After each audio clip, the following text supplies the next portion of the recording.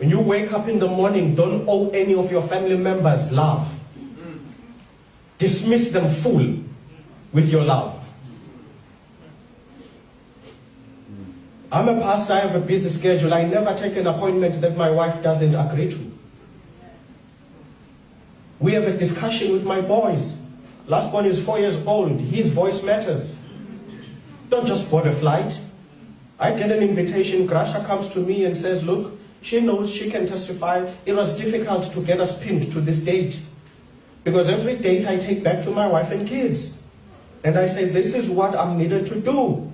And my wife pulls out the calendar for the kids. There are days at school, there are plays, there are soccer games, this and that and this and that. And we look at it and we strategize and say, okay, that can be done. Then we bring them in. I have to go to Cape Town on this weekend. This is what I'm going to do. How do you guys feel about it? I can't take you all to heaven and leave my family behind. My first church is my wife and kids. When the church makes it to heaven, I will know I was a good pastor.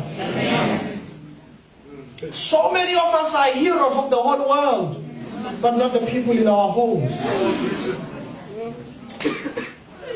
First thing I would do whenever the conference gave me new churches is I want a list of people who've been elders. Some of my elders didn't like me, but their wives loved me. Because I'd get there and I'd look at the list. This guy's been an elder consistently for 6 years. And I'd deliberately say at the nominating committee, this guy will not be an elder. And they would say, Pastor, you can't do that. We have a right to vote. I said, I will. You are not called into the ministry. I am. It is my responsibility to watch over your families. This guy has been an elder for 6 years. Who's been eldering his house? Most of them never wanted to talk to me, and the wives came with big hugs. Thank you. Thank you. We finally have a father in that house. You can't run around chairing everyone's meetings and no one is chairing your children. Your children get abused, you don't even know. Sitting at home, your son is gay, you don't know. Busy running powerful lessons for the church about homosexuality, your own son is gay. Don't even see, because you're saving the whole church, but your family is dying. Measure your time properly. Not in days and hours and years. Do meaningful things. Do meaningful things. Be there for your family. I'm a busy doctor. What? You know how many kids are studying medicine? The day you drop and die, you'll be replaced. That's the funny thing about us. We give ourselves to everybody. But the day we drop and die, you know what Mediclinic will do? HR will pull another file. And they'll replace you. The staff will cry for 2 hours and then the HR manager will begin drafting the new specs to replace you. But where does your family go when you drop and die? Where do they pull a CV for another father? Where do they pull a CV for another mother? There's no shelf where we have spare mothers. People have run around and become CAs and CEOs and big things to the world, but never there for the people who can't replace you. Come on now. I've buried many people. Not one child has ever said, I will miss my father for the iPad he bought me. When you die, your family remembers time with you, not the things you bought. So many of us here measure ourselves by the ability to provide the latest phone to our kids. When you can go and buy your son an S9 or an iPhone X, you think you're a good mother. Then you drop and die. They don't even remember the phone. Your dream is to have your children live in Bishop's Court.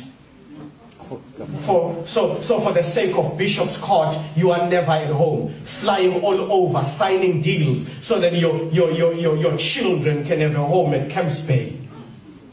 And then they become drug addicts in Camps Bay. Drug addicts in Bishop's Court. The money you work for funds their destruction because you are never there. Measure your life in real essence. I want you to be okay with losing a deal for your family.